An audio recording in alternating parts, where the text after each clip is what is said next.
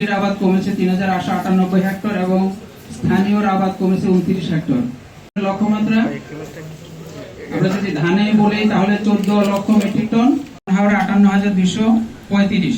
এখানে প্রায় ৭৪% আমাদের বোরোর হেক্টর।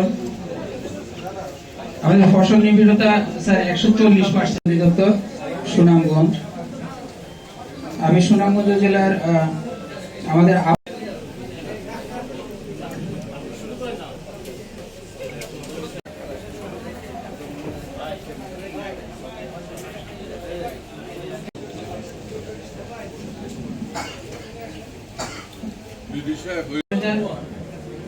এবং ৩৯% হলো নন হাওড়ে কর্তন হয়েছে। এভারেজ আমাদের ৬৯%।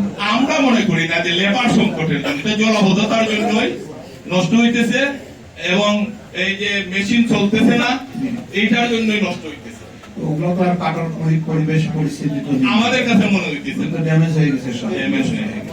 এই জন্য বলছি যে ক্ষতিগ্রস্তের পরিমাণ পর্যাপ্ত জমিতে কম্বাইন্ড হারভেস্টার চলতেছে।